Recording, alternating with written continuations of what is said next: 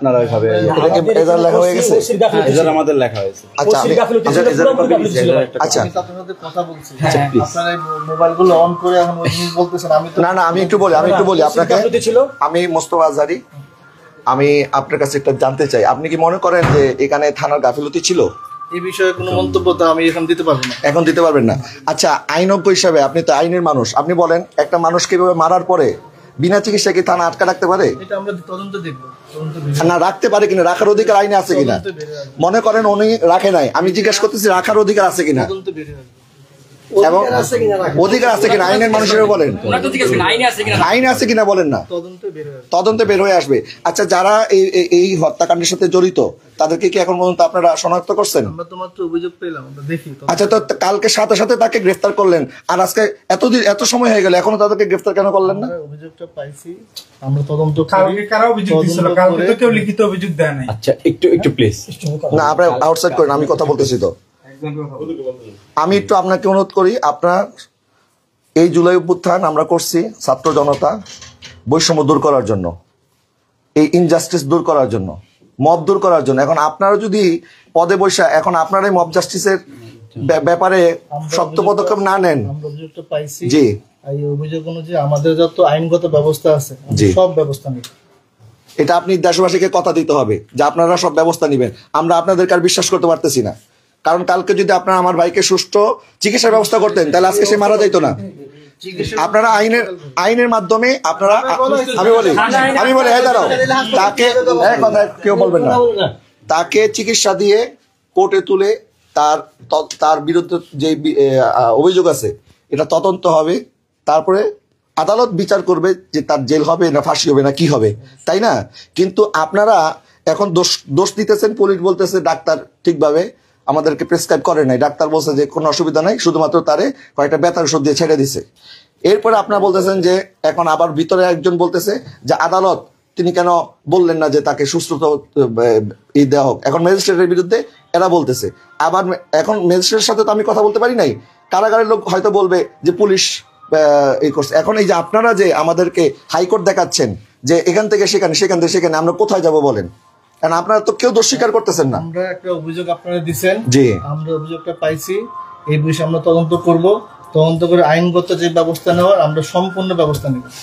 ঠিক আছে, যদি এখানে যার যার গাফিলতি, আমি অনুরোধ করব, আপনিও একজন বাবা, এখানে একটা মা কাঁদছে, সন্তান ইতিম হয়েছে, সন্তান একটা মাত্র ছেলে, না মায়ের একমাত্র ছেলে, ভিকটিমের একমাত্র, এবং সে একজন আলেমে দ্বীন।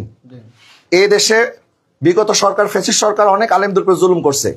বর্তমান সরকার যদি এখন আলেমদের উপর জুলুম করার এই ট্রেডিশন চালু করে তাহলে কিন্তু খুব ভালো কিছু হবে না, তাদের যে পরিণতি হয়েছিল এদেরও একই পরিণত হবে।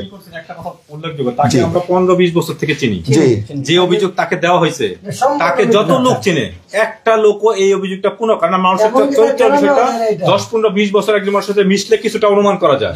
তার মতো নীরব, এত বিনয়ী ওসি সাহেব বলছে যে আমার ছেলে যদি করতো আমি তারে মেরেই ফেলতাম। ওসি বলছে, ওসি কি কথা বলার ক্ষমতা আছে? ওসি কি কথা বলতে পারে?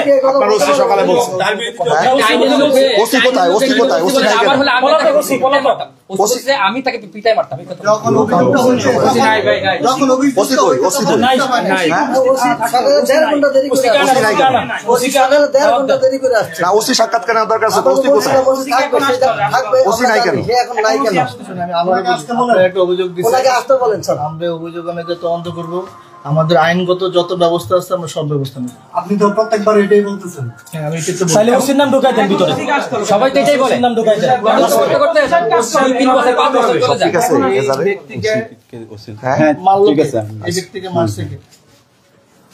মারছে সবাই মিলে মারছে, জনগণ মারছে, জনগণ না, যে 2-4 জন মারছে, মারার পরে অবহেলা করছে, এরাও দোষী। আমরা ওই ব্যবস্থাটা নিচ্ছি।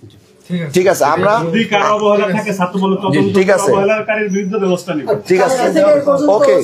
আমরা শোনেন, কালকে অভিযোগ দায়েরের সাথে সাথে তারা গ্রেফতার করতে আপনারা 1 মিনিট বিলম্ব করেন নাই। এখন আমরা অভিযোগ দিয়ে গেলাম, কোন তদন্ত ছাড়াই বলতেছে সে বলৎকারী। ওসি সাহেব কিভাবে বলবেন? আচ্ছা শোনেন, আচ্ছা শোনেন, আর একটা জিনিস আমি একটা কথা শেষ করি। শোনেন, যদি আমরা অভিযোগ করার সাথে সাথে এখন যদি তৈরি গতিতে আজকে রাত্রের মধ্যে তাদেরকে গ্রেফতার না করেন আপনারা, কালকে ঢাকা শহরে কি হবে, সারা বাংলাদেশে কি হবে, সেটার জন্য আপনার প্রস্তুত, আপনাদের দায়ভার নিতে হবে, এটার দায়ভার আপনাদের নিতে হবে। কালকে একটা আলেমকে গ্রেফতার করতে আপনার 1 মিনিট সময় নেন নাই, আর আজকে এত প্রমাণ থাকার পরেও, ভিডিও থাকার পরেও আজকে তার লাইভের মধ্যে সে আইসা বলছে আমি ইহুদি, আমি নাসারা, আমি দোষী। এটাকে একটা মানুষ কোনো লাইভে এসে বলে? কত নির্যাতন করলে একটা মানুষ লাইভে এসে তারা বাধ্য করছে এই কাজটা করার জন্য। যারা যারা করছে এদেরকে যদি আজকে আপনার মধ্যে সেটাই তো তারাই তো করছে, তারাই করছে। এটা যদি তাৎক্ষণিক আপনারা র্যাপিড অ্যাকশন না নেন, তাহলে আমরা স্বরাষ্ট্র উপদেষ্টার সাথে কথা বলে এই থানা সহ আরো যারা যারা এটার সাথে জড়িত তাদের ব্যাপারে কিন্তু আমরা ব্যবস্থা নিতে পিছপা হব না। সেই জন্য লাইভের ব্যাপার থেকে প্রমাণিত হয় যেটা বলৎকারের জন্য না, অন্য কোনো উদ্দেশ্য ছিল। এবং 26 তারিখ আমাদের ঢাকা যে মহাসমাবেশ হয়েছে ইসরায়েলদের বিরুদ্ধে, গাজার মুসলমানদের পক্ষে, সেখান থেকে আসার সাথে সাথে ভারতের বিরুদ্ধে, ভারত মিয়ানমার এবং ইসরায়েলিরা যে, আপনার কেন কথা ইন্টারাপ্ট করেন, আমাকে কথা বলতে দেন। গাজায় মুসলমানদের পক্ষে ফিলিস্তিনের যে গণহত্যা চলতেছে, ভারতের মধ্যে মুসলমানদের উপর যেই অত্যাচার চলতেছে, মিয়ানমারের মধ্যে অত্যাচার, তার প্রতিবাদে আমরা যে সংহতি সমাবেশ করলাম, সেখান থেকে আসার পরই কেন তার সাথে এমন আচরণ করলো? এটা তো 2 মাস আগের ঘটনা। তারা যেটা বলতেছে, তো 2 মাস পর্যন্ত তারা কোথায় ছিল? 2 মাস পর্যন্ত তারা তদন্ত না। জি, আমি কিন্তু আপনাকে বিশ্বাস করতেছি, প্লিজ এটা আপনি একজন মানুষ হিসেবে সত্যের পক্ষে থাকবেন ইনশাআল্লাহ। হিসাবে আমি আপনার প্রতি কৃতজ্ঞ থাকবো যদি